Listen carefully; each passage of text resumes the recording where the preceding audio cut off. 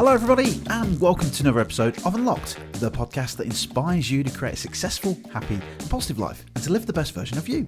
Hosted by me, Ricky Locke, professional magician, speaker, trainer and a man who puts the tea bag in first, stirs and then adds the milk. The correct way of making a cup of tea. And I have great news to share. We have just hit the UK Apple Podcast charts for self-improvement, woohoo!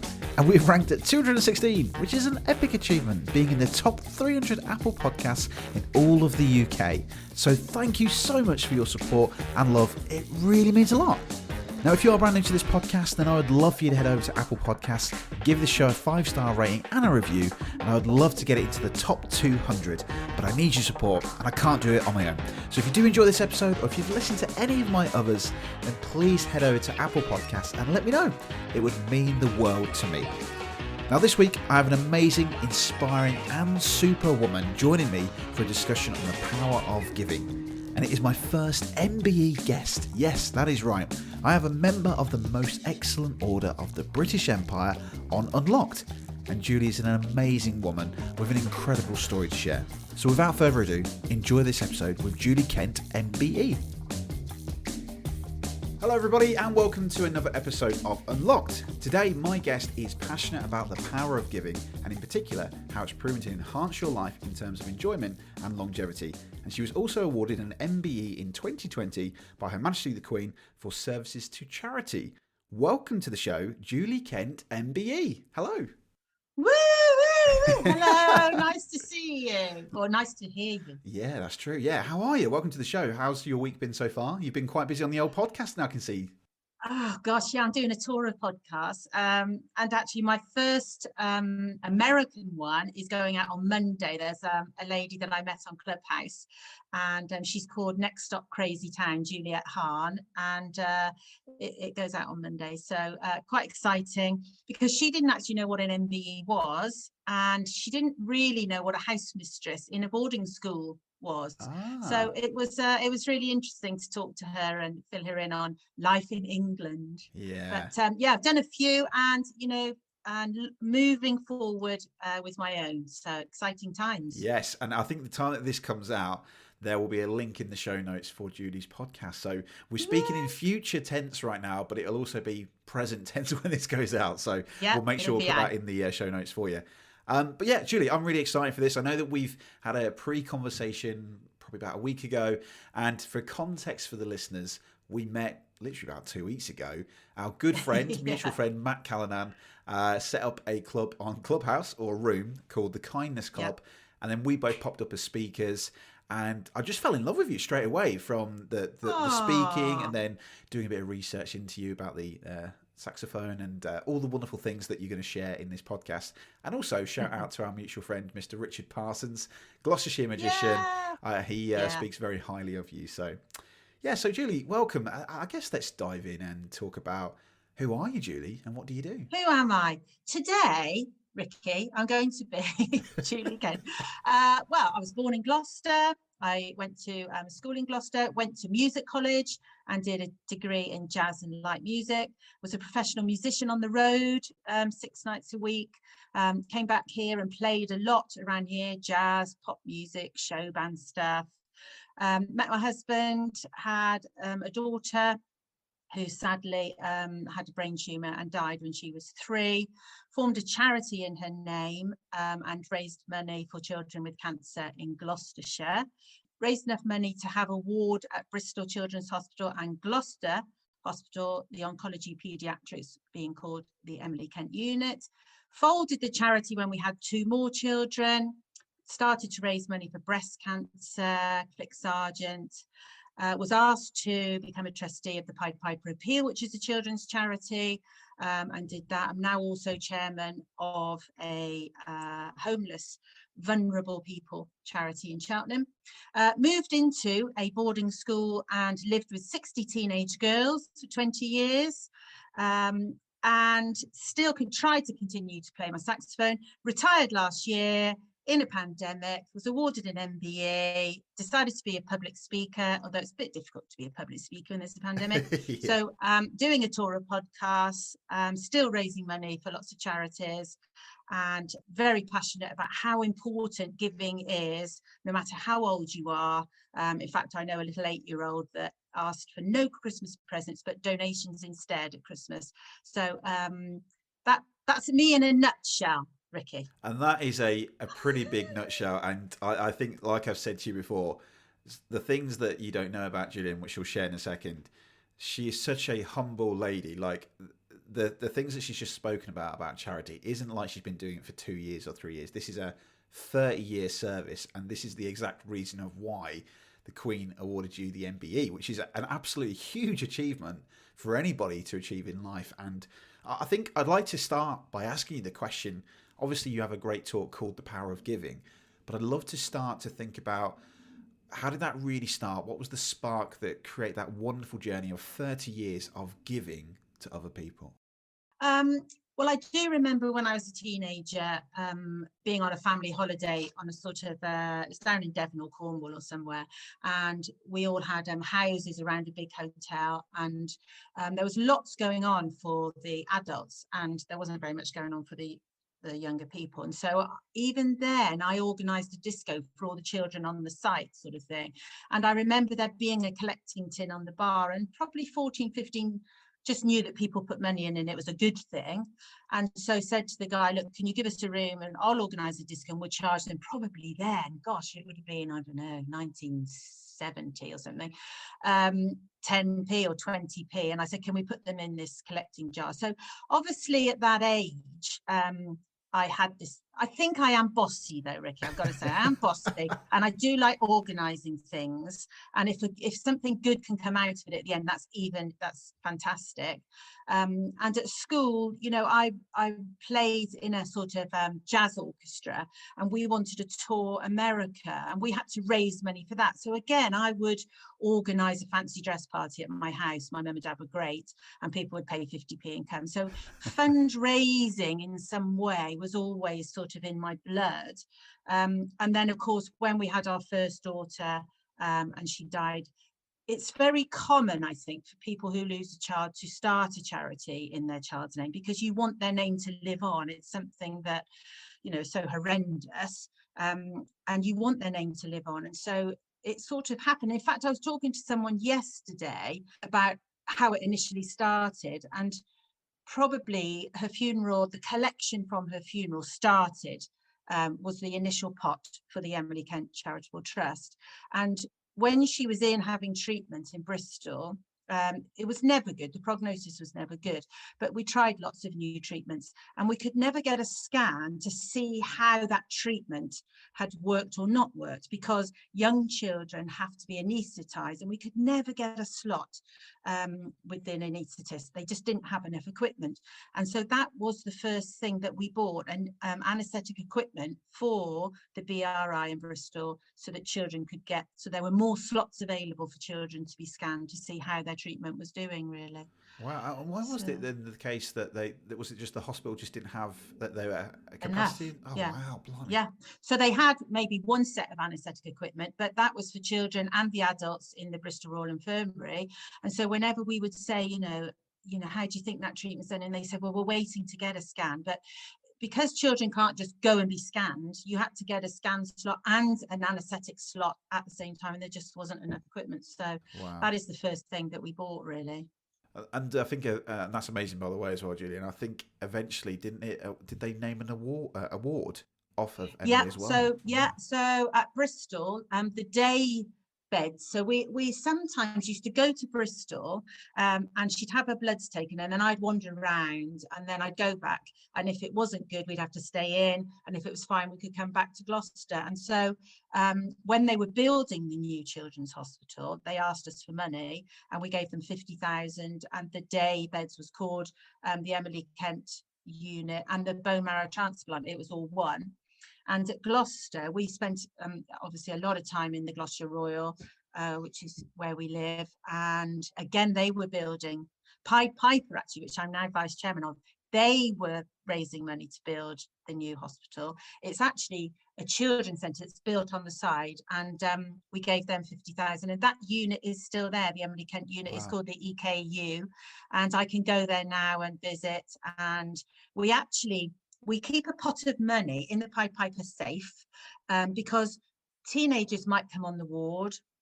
It's all enclosed, the Emily Kent unit, because obviously you don't want other children that might have, anything that might infect the children having their chemo. And you might get a child come in who, depending what age they are, they want the latest PlayStation game or whatever. And so we keep a pot that they can just call down to the Pied Piper office. We can get it up there ASAP for them, because before I think they had to fill in lots of forms to get the money, to get a game, red tape, isn't it? Yeah. So, and I really wanted it to be, a child comes in, get them what they want. They're going to be in for however long having treatment. And so it's good to have that connection now that I can do that. Absolutely. And it's lovely to see that it's still there. The EKU unit is there. So every time, if you pop in or visit, that must be such a wonderful feeling to know that your daughter's name is still living on and helping other people. Yeah, absolutely. Because I think that's also the difficult thing. 7 years in, we had then Ollie and Georgia, who were 1 and 4, and it's a difficult decision to close the charity, because people were kind of, oh really? I said, yeah, we need to concentrate on those 2 children now. And every time we had an event, we'd have the most amazing picture of Emily on the screen, that to try and get people to give more money. And it's difficult to move on, I think. And we had done a lot, and her name is still there. And it's not like we're going to forget her, but I know a lot of people that have kept charities going and going because they think, they do want to keep the name going. But I think there comes a time, and I ran the London Marathon in 2012 for Click Sargent, which raised 12,500, and carried on doing things for other charities. So I still felt something positive was coming from something negative, which is probably the thing that drove me in the first place. And it's an amazing thing. I mean, I'm trying to have empathy, because I don't have children myself. I have a young niece and nephew, and I can't begin to imagine how, as a parent, that must feel. So that what's come out of that is something so beautiful and so wonderful, that you've now helped so many others in need. And I'm guessing that was one of the sparks again that then led into what was 30 years then of donating to services for charity. I don't really know how that happened. I think it just, I don't know, if people ask me to do things, I really am not very good at saying no. And I really need to learn that very small word, constantly now. Even though I retired from school last summer, I last week spoke to 3 different girls that contacted me and said, oh, Mrs. Kent, can you help me find a placement for this? Or can you help me find a placement for that? And, and I love it. I mean, obviously, I would say I ran a boarding house for 20 years because I have a need to be needed, I would say, because, living with 60 girls, you're needed constantly all day and all night. And I obviously like that. And now I'm retired and we're back in our house that we lived in before. I am busy, but it's lovely when the girls phone and say, oh, do you know anyone that can help me with this? Or I never say no. Oh, I shouldn't say that. I shouldn't say that live. No, I do say no. We'll edit it out, shall we? Well, I think on your show reel, and I know that you shared this story with me, because when you first said, I spent 20 years living with 60 teenage girls, I was like, what? Can you share more about that? Because I mean, wow, that is incredible. And I saw the wonderful photos as well on the show reel. It looked like a huge connection there that you create with those young children, those young girls. So tell us about that. Yeah. Well, I first of all was a day house mistress. So I used to go in and teach flute, clarinet and saxophone at Dean Close. And then the day house mistress was leaving. And at that time, there were 90 girls. But those girls, apart from about 14 of them, went home every night. But there was a little house that had 14 of them. And in those days, 25 years ago, there was a kind of pecking order. So some female teachers, even if they didn't want to have that job, if they weren't offered it, they'd be very upset. That's how it worked. and I really wanted to do it. And so I knew that 4 other members of staff went after it. I wasn't actually a full-time member of staff. I was a peripatetic, they called them. Anyway, I wrote to the headmaster and said, I would really like to do this.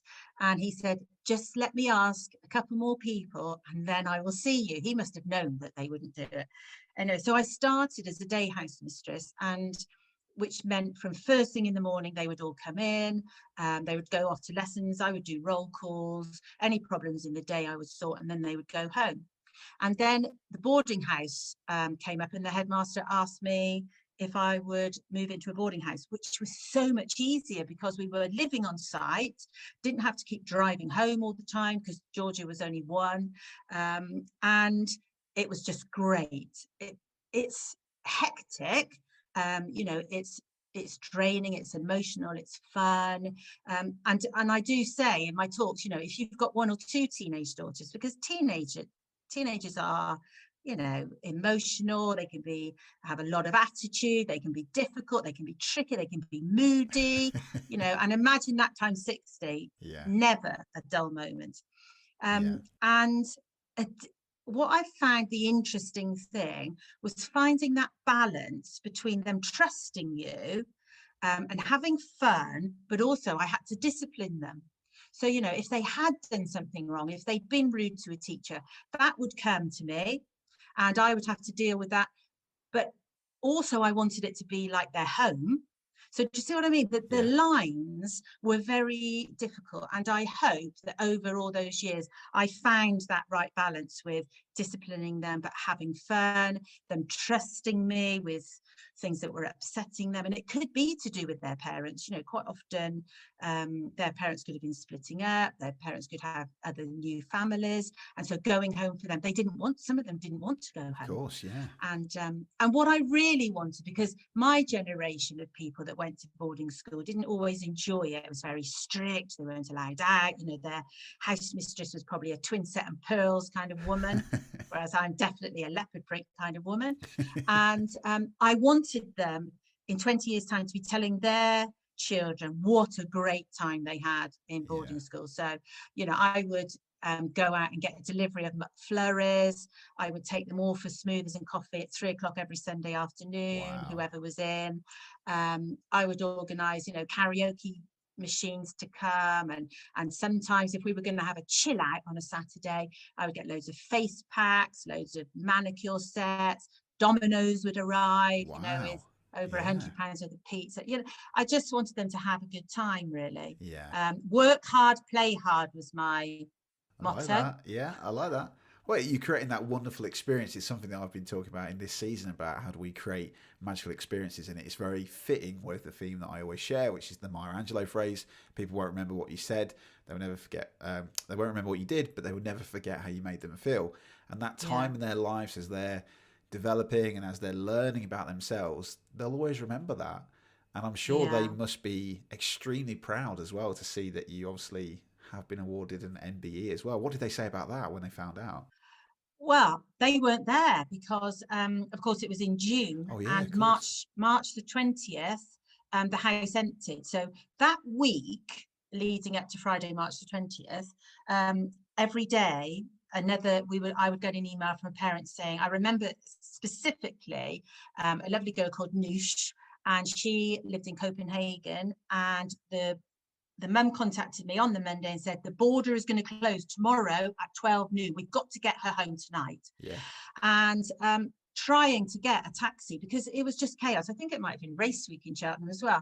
And we had to try and get her in a taxi to get her over the border and home. Otherwise, she could have been stuck. Only one girl in the end, actually, and she had to get back to Qatar, and her dad didn't get the flight soon enough, and she ended up staying with other people because everything was just shutting down that week. And so eventually, when I got the email in June, actually none of them were there, and I actually couldn't say anything until October, and I haven't seen that many. Lots sent messages, but the big reunion party, getting all the girls back from 30 years and all my pupils, hasn't actually happened yet. As having the award also hasn't happened yet, because obviously the Queen is also probably shielding. Yes, yeah. So I don't know when that will happen either, but I put the letters after my name anyway. Well, yeah, absolutely, and it's a great segue here, because this is something I'd love to find out. I know that we've talked about this previously, but for all the listeners, how does someone get awarded an MBE? I mean, you are my first podcast guest, and actually first, I think, person in real life, as I say, that I've spoken to that has an MBE. So it's a huge honour to talk to you, Julie. But I'm just the same as you, honestly. You just have a title at the end instead. Yeah, just got these 3 letters: mad, barking, something. I'll have to think of something new for it. Extraordinaire. Yeah, there you go. Yeah, extraordinaire. Well, obviously you don't know anything about it until you get the email, but then I did discover that a very good friend of mine, who I'd worked with at Dean Close for about 15 years, and she'd retired. I followed her into the day house, and then when I became a boarding house mistress, she was running a different boarding house, and her son babysat for my children, so we've known them a long time. So she knew me when we had Emily. She was very supportive when Emily died, blah, blah, blah. And so she gathered all the information about me, and she even got letters. She'd emailed people to write about me, and gathered so much information, and then had to send it all to wherever, Cabinet Office, I presume. And she was told that, if you don't hear anything in 2 years, then she hasn't got anything. And for her, I mean, I felt bad that I couldn't tell anyone for 4 months, from June to October. But for her, she obviously knew for... Yeah. She said it was about 18 months or something. So she'd known all that time and couldn't say anything. So someone obviously thinks you deserve something and gathers everything and sends it all in. And so now there'd be an onslaught, won't there? Everyone would be thinking who they can recommend, I would say. But and then they decide, the Cabinet Office decide whether it's a BEM or an MBE or whatever. Usually, I think the BEM and the MBE a bit is more community based. I think if you do something nationally, you're more likely to get an OBE. Yeah. So, see what happens. Dame Julie will aim for next. Now we've got the flow. I like that. Yes. Hilarious. And as you said, the one thing that I think you mentioned this in the Kindness Club, that you're looking forward to when the black tie events happen again, that you can wear the medal. You get a biggish one in a box, and then you get a smaller one which you wear. But if you go to things and army people have that whole string of medals, well, I can wear my medal. I got a miniature that someone actually bought me, because he knew the company that makes them, so he bought me one, bless him. Really looking forward. And imagine I have one granddaughter, she's only 15 months old, but I've kept all the newspaper cuttings and everything, and something that she maybe, when she's older, I'm going to give all that to her. So be nice. That's lovely. And how did you feel like when you found out that you were awarded an MBE? Well, I nearly deleted the email for a start, because it came in with all capital letters and numbers. And I had already brought the school system down the year before by opening an invoice that I shouldn't have opened. So I was a bit scared when I saw this email, and I thought, I'll just open it as long as I don't click on anything. And when I clicked on it, it just said Cabinet Office. I skip read everything. That's the trouble. And I just saw Queen, member of, and then I had to reread it. And it was saying, I think, the wording is something like, from the Cabinet Office, saying the Queen has asked me if you will accept this award of a member of the British Empire. Can't imagine not, but people, you found someone that had turned it down, hadn't you? Only tax exiles. That's right, I think it was Roald Dahl. Yeah, Roald Dahl. I think he turned it down. Or if you're not a royalist, I suppose, where I am really a royalist. I love the royal family. We've actually been to the Queen's Garden Party because of the charity work I've done. We were invited, and that was just so lovely.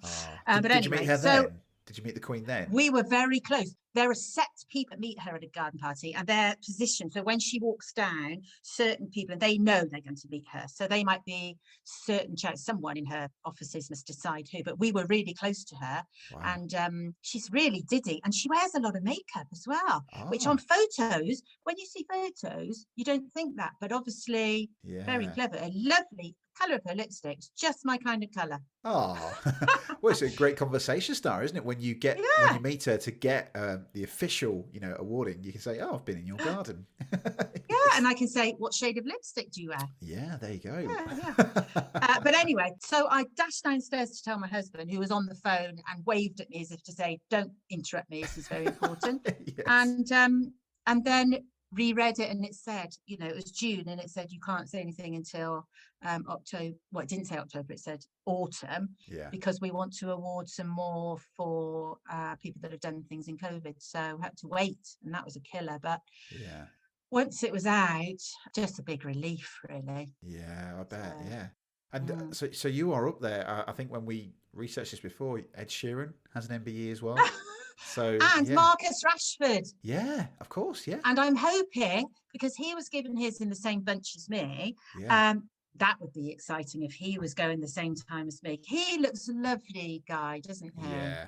Well, I was just Yeah. thinking in my head there, maybe you could do a duet with Ed Sheeran, saxophonist, Yeah. Ed Sheeran, two MBEs together. I mean, now you're in the same category, so it's just like calling a friend now, isn't it? I guess.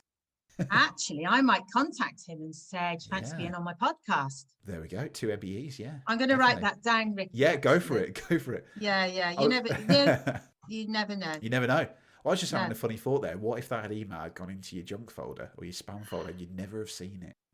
I know. Well, that's what scares me, because obviously the lady would never have known, no one, unless they really tried to find me. But would they be bothered to contact Yeah. other people? I don't know. Well, that's it. A lot of people don't answer their phones as well now, do they? Because of like PPI No. numbers. I mean, a lot of PPI and insurance companies ring off mobile, so you think it might be a client or a friend, and it's like, "Hello, is that Mr. Ricky Locke?"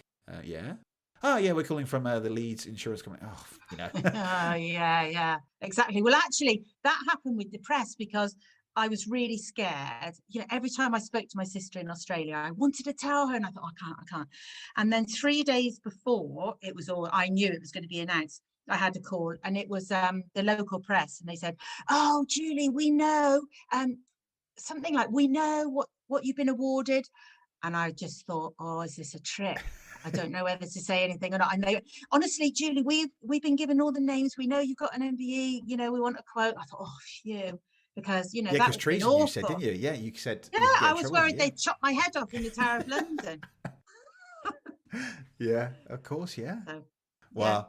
Well, Julie, I think that the story is just so incredible. 30 years of giving, amazing things and services to charity. You've obviously you're a saxophonist. You've been performing all over the world.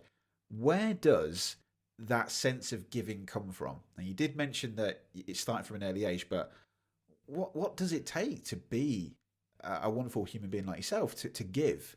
That's, I don't think everybody has that quality, unfortunately, in the world. I think a lot of human beings are selfish. So I might be wrong, but I'd love to hear, what does it take to be such a giver in life? honestly, I don't really think about it, but I do. When I was at school with all these girls, I really was keen to get them to think about other people, and I would drag them to summer fetes to sell teddies, and we would collect a lot of things. So we would collect food for the homeless, and I would take them with me to deliver the food, and so that they could meet people and see where the money was going, where the food was going.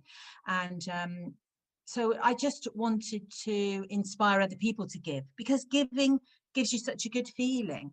And also, some of the girls were, their lives were quite comfortable, and I wanted them to see what it was like the other side. And I had, there was a sheltered accommodation place right opposite school that had about 20 old people living there. And there's a lady called Peggy, who is still alive. She's 106. And I met her when she was 85, because we used to invite them all over to school once a term, and we would entertain them, sing songs, give them tea and cake and everything, and then they'd go. And I met Peggy when she was 85, and every September when it was her birthday, it always coincided with our afternoon tea with the elderly. One of her birthdays when she was 104, I think, we didn't do it for some reason. And I said to the girls, right, I'm going down to see Peggy because it's her birthday. Do you want to come? Oh, do we have to? You know, I went, yes, you do. We're only going for half an hour, just 2 or 3 of you. And they came with me, and we sat and we chatted to Peggy, and we had cake and tea. And when we were coming back, they were like, oh, that was so good. Can we go again? You know, and it's just getting them to realize what a difference they can make, because old people seeing younger people just love it. How interesting she was, you know, and she is really interesting. In fact, I was very naughty, and in September, I can't remember what tier we were in September, but I popped over there and went to her window and knocked on the window. She was so excited to see me. Oh, bless and her. I said, we can't come in. And she went, yes, let me in through the fire escape. And I just sat and had a chat with her. And she was on the sherry at 11:30. Wow. And Fantastic. as I was leaving at 12:15, I said, oh, Julie, just give me a little top up in here before my Meals on Wheels arrives. I went, you're not going to fall over, are you, Peggy? No, she was great. Oh, bless But it was her. good that do you see what I mean? It was good that they realised giving is so good. Yeah, definitely. It's interesting, isn't it, to think like sometimes, I mean, like for the girls, they're probably thinking that, oh, do we have to? Oh, I'd much rather do something different. But actually then going through that and understanding, that has made a difference to her, isn't it? Yeah. I don't know if a lot of people, empathy, I think is really, really important when we think about giving. And I think that the COVID thing has really heightened that a little bit more. And I know certainly for me, I started to make a difference more with trying to reach out to my couples, to my family, to just talk and just give, and not with the intention to receive, but purely just to give something. And it makes you feel so good that you've done something that has made someone at least smile. One of the things I've mentioned before on this podcast is I send voice memos, and I know you've done one to me as well, which is lovely. But when you get a voice memo saying, oh, hi, it's Ricky, just wanted to say, hey, loving what you're doing. I hope you're well. I've not seen you in a while. Hope you're still doing this, and I hope you're having a great day. And catch up soon. Take care. And when you hear that voice or you see that video directed to you, it just makes you so great, you know. And when you then, I mean, the voice memos that I do is nothing compared to the wonderful things that you've created and raised for charity. But I think that we really need to, as human beings, give more. And I love the idea that your talk is called The Power of Giving. And I'd love to ask you, what advice would you give to people wanting to maybe start a charitable event or to do something to make a difference for other people? What advice would you say to them? Well, if you want to raise some money, I would definitely choose a local community charity to raise it for, mainly because you could contact them and go and see them, and you can see exactly where your money is going to go. So even if it's £100 you raise or £1,000, if you raise £1,000, that's amazing. You want to know where that £1,000 will go, and quite often depending on the charity. So if I use my charities as an example, Cheltenham Open Door, which feeds the homeless and the vulnerable, if you offered us £1,000, we'd probably say that freezer, great big freezers we have, is about to collapse. If you give us £1,000, that freezer, and we'll even stick your company name on it. If you went to the Pied Piper, which is my children's charity, and offered £1,000, we would probably say, look, this special school that only deals in disabled children wants a screen, you know, a touch sensitive, like a massive iPad. Your £1,000 will go towards that we can wheel into the bays and the cubicles. So you'd be able to see exactly where your money goes. And then when you know what your money is going to, you'll be more enthusiastic about encouraging people to raise money. But you can tell them exactly where that money is going to go. Whereas if you set up a charity, we're going to raise £1,000 for cancer research or whatever, you're not really seeing where it goes. So it's harder for people to picture where their money is going to go. And so I really think that having that and talking about where the money is going to go and that sort of thing really enthuses everyone around you. So that would be my top tip. Definitely. Really. I like that. Love that. And I've got a question here that I haven't scripted down, but it came to my mind when we were talking, which was, Oh no. if you could go back in time to speak to yourself when you was a teenager at that disco, when you saw the pot collecting money, and then tell your teenage self of the journey of your life, of how it will be, what do you think your teenager self would say? And especially getting an MBE, what do you think your teenager self would say to that? I think my teenager self would say, I feel like a teenager now. Wow, how exciting. Great. I think that's what Julie at 15 would have said. I'd said, bring it on. How exciting. If I thought my life, my life has obviously had sad moments, but at the end of the day, the fact that hopefully I've made a difference to lots of people, Yeah. I can sleep well. Definitely. Love that. And I guess one of my last questions is, we've talked about kindness in the Kindness Club. I've talked about on a couple of episodes of this one this year about how can we be more human this year? How can we create more kindness? And how do we create more of a magical experience? So not initially as in like a business, but in just wonderful things that we do to others to make a difference. How can we turn that into magical experiences? So in a nutshell, that question is, how can we create more kindness this year and create magical experiences for other people? I think actually, people have been doing it much more. There are people who, certainly the whole clapping for the NHS, people met their neighbours for the first time, even though they'd lived there for 10 Yeah, years. that's true. And so, I know there's awful things about the pandemic, but there have been lots of good things that have come out of it.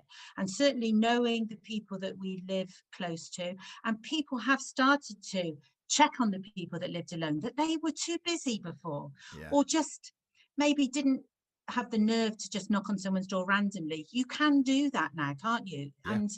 And so I think people have got better at it. I think that people are much more open. Acts of kindness is such a phrase that we hear so much more than we did a year ago. Yeah. And so I think there's every opportunity now to do that. And people are looking for things to do, aren't they? People contact me all the time and say, how can I help? Well, with Cheltenham Open Door, it's difficult because we can't let them in and we can't get close to people. Yeah. So it is more difficult. I've actually, this week, 2 people have asked me what they can do. And I said, I've just had all these cards printed so that we can recycle Christmas cards and recycle birthday cards, thank you cards. So we're collecting cards and they've been printed. On the back it says made, special, handmade with love for the Pied Piper appeal. So I'm going to drop them off to these ladies who are desperate to do something. They are used to volunteering at events that we have, and we haven't got any events. So they're happy to use the pink and shears to give it that edge, cut up cards, stick them on, and then we'll be able to sell those. That small thing will make a difference. Yeah. It will keep them busy, give them something to do. They feel like they're doing something. Who else can we dump a whole load of cards on? It's something small, but it's something important. I agree. Completely agree. I think that the COVID or the global pandemic exposed blinkers for us. I think all of our blinkers came off and looked around and thought, there's more to this world than just my digital phone, TV, Netflix. And actually there are wonderful people out there that we need to reach out to and say things. So what's next for Julie Kent MBE? I'd love to find out. Well, I was hoping to do a world tour of speaking. It's turned into a virtual world tour of speaking, which has sort of turned into a virtual world tour of podcasting. Yeah. And my first American podcast I've been on is out next week, and I'm recording another one today, and trying to reach out through our school network to people all over the world. I am starting a podcast which goes out next week, and I'm going to be 60 in November. Congratulations. Thank you. And I would like to find 999 women that were born in 1961. Okay. And I'd like to get them all together by November, probably start the launch in the summer. And I'd like those women to raise £100 each. And I'd like us to have a Facebook group, and I'd like to find out their stories. So they were born the same time as me, and I'd like to get to know them and find out what they've done in their lives. And at the same time, that would raise 100,000 for Pied Piper, which they're 130,000 down. So that would help. So that's quite a big thing. So, you know, Cheltenham Open Door, the homeless charity I'm chair of, we're trying to find a bigger building because we were feeding 50 people a day and now we're feeding 80. So we need a bigger building. And so, you know, I can't actually squash most things into one day. I need more hours. Yes. It's a lot. Well, that's wonderful. Again, just so humble. So much of self-interested there. I love less, you know, low self-interest there that you just give to other people. So I'm looking forward to that. So I guess then, how can people find out more about what you do? Where's the best place to see you? Well, I am all over social media. I think my sister blocked me at one time and then let me back in again. But on Instagram, Facebook, I'm on everything, aren't I? LinkedIn. I'm all either Julie Kent MBE or at Julie Kent MBE. Twitter, I love. So all those social platforms. My website is just about to be extended. Lots more pages put on, but that's juliekentmbe.com. So it would be difficult not to find me if you wanted to find me, I think. Fantastic. Well, we'll please follow me. I want lots of follows. Oh, there we go. Well, we'll put some links in the show notes for Julie then. Julie, it's an absolute pleasure. Thank you for coming onto the show and sharing your story. It's a wonderful story filled with love, passion, humility, and just wonderful things. So thank you so much, and good luck to you. And I'm sure that we're going to see lots from you. Thank you. Thank you for having me. Oh, it's a pleasure. Thanks, Julie. Take care. Thanks. Bye. So there we go. What an amazing and inspiring woman. Julie, thank you so much for coming onto the podcast. It was a pleasure to hear your story and share it with all of my listeners. Don't forget, if you did enjoy this episode, then head over to Apple Podcasts, leave us a 5-star rating and leave us a review as well. It helps us get this podcast out to more listeners. Thanks for listening, and don't forget, join us on next Wednesday for another episode of Unlocked. Goodbye.